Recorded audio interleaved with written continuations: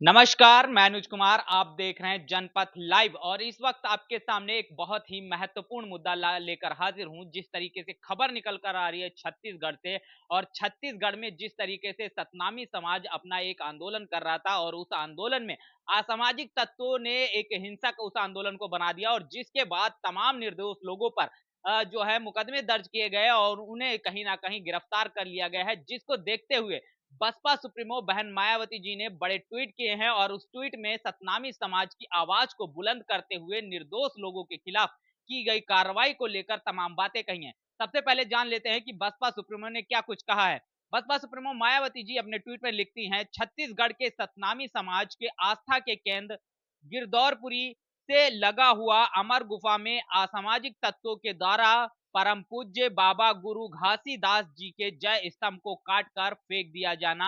अति चिंताजनक। इसके विरोध में सतनामी समाज द्वारा सीबीआई जांच की मांग को लेकर बलौदा बाजार में किए गए धरना प्रदर्शन के दौरान कलेक्टर परिसर में षड्यंत्रकारी असामाजिक तत्वों द्वारा की गई तोड़फोड़ आदि की घटना भी अति निंदनीय है। उक्त घटना की आड़ में शासन प्रशासन द्वारा निर्दोष सतनामी समाज के लोगों की गिरफ्तारी व मारपीट के ऊपर रोक लगाई जाए तथा उन्हें बिना शर्त के तत्काल रिहा किया जाए व असली दोषियों के ऊपर जांच कर कार्रवाई की जाए। तो बड़ी खबर निकल कर आ रही है छत्तीसगढ़ के सतनामी समाज जिस तरीके से उसका जो आस्था का केंद्र ये था गिरदौरीपुर के करीब में जो बात किया जाए अमर गुफा में बाबा गुरु घासीदास जी का जो विजय स्तंभ था, उस विषय स्तंभ को जो है कुछ असामाजिक तत्वों ने काट कर फेंक दिया था, जिसको लेकर आहत जो सतनामी समाज के लोग हैं वो कहीं ना कहीं प्रशासन से इस पूरे मामले को लेकर, न्याय की मांग को लेकर और सीबीआई की जांच को लेकर लगातार आंदोलन कर रहे थे। और उनके इस आंदोलन में असामाजिक तत्वों ने प्रवेश करके कहीं ना कहीं उस आंदोलन को जिस तरीके से हिंसात्मक बना दिया, जिसकी वजह से तमाम जो है तोड़फोड़ भी की गई असामाजिक तत्वों के द्वारा। इस तरीके की घटना को लेकर लगातार जो है उस पूरे मामले को लेकर शासन प्रशासन सतनामी समाज के तमाम लोगों पर कार्रवाई कर रही है जो कि निर्दोष हैं। और ऐसे में बहुजन समाज पार्टी की जो राष्ट्रीय अध्यक्षा बहन मायावती जी हैं, उनका साफ तौर पर कहना है कि शासन प्रशासन निर्दोष व्यक्तियों को तत्काल प्रभाव से बिना किसी शर्त के उनको रिहा करे तत्काल तथा आवश्यक जांच करके कहीं न कहीं जो दोषी हैं उनके ऊपर कार्रवाई की जाए। इस तरीके की बात जो है बसपा सुप्रीमो लगातार अपने ट्विटर हैंडल के माध्यम से कहती हुई नजर आ रही हैं। और सतनामी समाज के मामले को लेकर जिस तरीके से पहले भी एक दिन हम ट्विटर पे थे, तब भी जो है एक खबर निकल कर आई थी कि सतनामी समाज के निर्दोष लोगों के ऊपर कार्रवाई की जा रही है। लेकिन इस पूरे मामले को बसपा सुप्रीमो ने कहीं न कहीं संज्ञान में लेकर जिस तरीके से आवाज उठाई है, सुप्रीमो ने साफ तौर पर कहा है कि तत्काल प्रभाव से निर्दोष लोगों को बिना किसी शर्त के रिहा किया जाना चाहिए। इसके साथ ही साथ इस पूरे मामले की जांच करके जो दोषी व्यक्ति हैं उन पर कार्रवाई की जानी चाहिए। और सतनामी समाज का जो आस्था का केंद्र था उसको जिस तरीके से षड्यंत्रकारी तत्वों ने काट कर फेंक दिया था, जिसके बाद उस सब पूरे मामले से आहा सतनामी समाज के लोग लगातार अपनी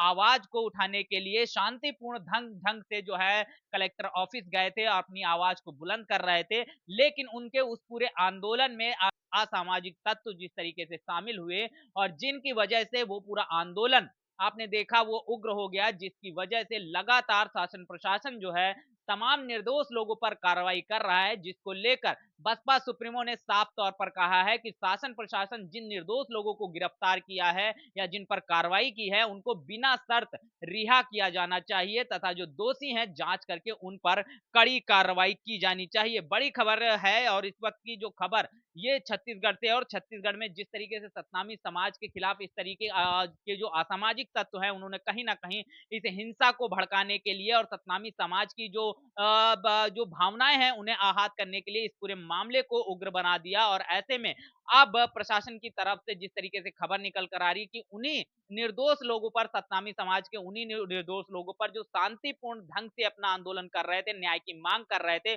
उन्हीं पर कार्रवाई की जा रही है। उनकी आवाज को बुलंद करते हुए बसपा सुप्रीमो ने जो है सरकार से बड़ी मांग की है और ये कहा है कि उन्हें तत्काल प्रभाव से बिना शर्त के रिहा किया जाना चाहिए तथा मामले की जांच करके दोषियों के ऊपर कार्रवाई की जानी चाहिए। अब ऐसे में बड़ा सवाल ये भी खड़ा होता है कि भारतीय जनता पार्टी की वहां सरकार है और भारतीय जनता पार्टी वहाँ पर जिस तरीके से सरकार है और लगातार तमाम वो सबका साथ सबका विकास और तमाम लोगों की जब भावनाएं आहत होती हैं, भारतीय जनता पार्टी बड़ी कार्रवाई करती है। तो क्या ऐसे में सतनामी समाज की जब भावनाएं आहत हुई हैं, तो ऐसे में उसी सतनामी समाज पर कहीं ना कहीं कार्रवाई करना और उसके लिए बसपा सुप्रीमो का आवाज बुलंद करना पड़ रहा है, जिसको लेकर लगातार लोग आवाज उठा रहे हैं, सामाजिक लोग आवाज उठा रहे हैं। लेकिन ऐसे में ये भी देखने वाली बात है, वो लोग जो संविधान और आरक्षण बचाने के नाम पर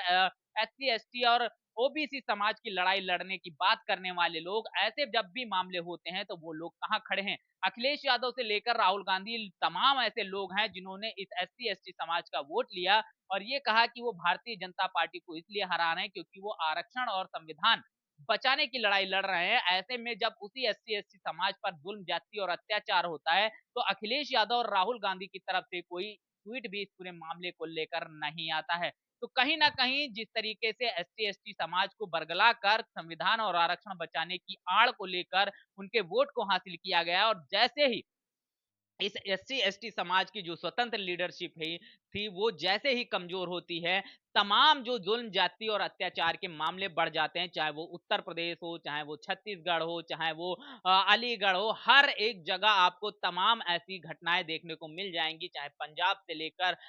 तमाम ऐसी जगह हैं। लेकिन इन सारे मुद्दों पर जब एससी-एसटी और मुसलमानों पर जब जुल्म, जाति और अत्याचार की बात आती है, तो ऐसे में समाजवादी पार्टी और कांग्रेस के लोग बोलने से कतराते हुए नजर आते हैं। लेकिन जब कोई व्यक्ति इस पर आवाज बुलंद करता है तो उनकी पार्टी के समर्थक लोग कहते हैं सरकार तो भारतीय जनता पार्टी की है, सवाल उनसे करना चाहिए। तो उनसे ये भी सवाल है कि जो एससी एसटी ओबीसी समाज की वोट आपने ली संविधान और आरक्षण को बचाने के लिए, तो ऐसे में जब उन पर जुल्म, जाति और अत्याचार हो रहा है, वोट जब उन्होंने आपको दिया है, तो ऐसे में आपकी क्या ये नैतिक जिम्मेदारी नहीं बनती कि आप उनकी आवाज में उन पर जब जुल्म हो रहा है तो उनके साथ में खड़े हों। तो ऐसे में ये सभी लोग वहां पर खड़े हुए नजर नहीं आते हैं और जब वो पार्टी जिसे कहीं ना कहीं दे जाए वो बहुजन समाज पार्टी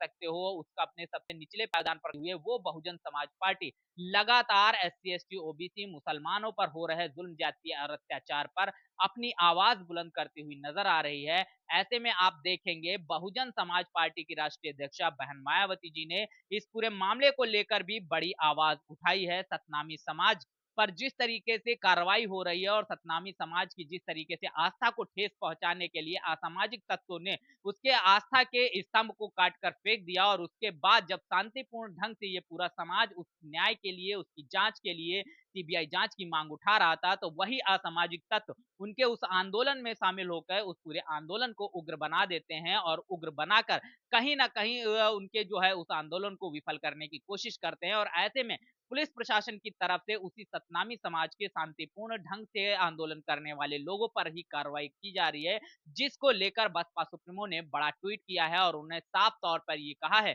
कि पुलिस प्रशासन और सरकार इस पूरे मामले को संज्ञान में लेकर जो भी व्यक्ति इसमें दोषी हैं उनकी जांच करके उन पर कार्रवाई करे, लेकिन निर्दोष व्यक्तियों पर इस तरीके की कार्रवाई बहुत निंदनीय है और इस तरीके के कृत्य बहुत ही चिंताजनक हैं। ऐसे में जो निर्दोष व्यक्ति हैं उन पर जो तमाम आपने दोषारोपण किए हैं, तमाम मुकदमे लगाए हैं, उनको तत्काल प्रभाव से बिना किसी शर्त से निरस्त करके उनको रिहा किया जाना चाहिए। बड़ी खबर निकलकर सामने आ रही है और एससी एसटी पर लगातार जुल्म, ज्यादती और अत्याचार बढ़ रहा है। लेकिन ऐसे में ये भी देखने वाली बात होगी कि कौन व्यक्ति आपके साथ में खड़ा हो रहा है और इसीलिए आने वाले समय में अपनी स्वतंत्र लीडरशिप को कितना मजबूत करना कितना जरूरी है, इस पूरी बातचीत से आप समझ सकते हैं। बहरहाल इस पूरे बात को लेकर सतनामी समाज में जिस तरीके से घटना हुई है, उस घटना को लेकर आप क्या कुछ समझते हैं, क्या मानते हैं? इस पूरी जानकारी को लेकर कमेंट बॉक्स में आपके जो विचार हैं जरूर साझा करें। बने रहिएगा जनपथ लाइव के साथ, तब तक के लिए जय भीम, जय भारत।